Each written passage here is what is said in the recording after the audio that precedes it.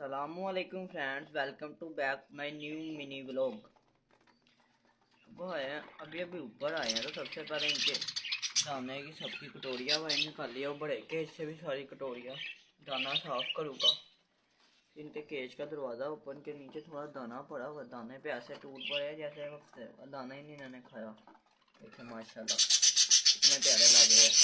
ये देखिए आवाज़ें देख रहे माशाल्लाह। ये देखिए ये ये देखे माशाल्लाह। आज एक तोता पकड़ा है अपने बाहर गली से। ये देखिए ये ब्लू एंड वाइट येलो के साथ करीब करके दिखाता हूँ आपको।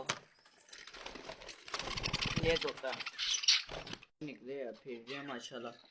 यूट्यूब चैनल का सब्सक्राइब और लाइक कर दिया करें, आप तो करते ही नहीं, ताकि ऐसी इंटरेस्टेड वीडियो आप तक आ सके।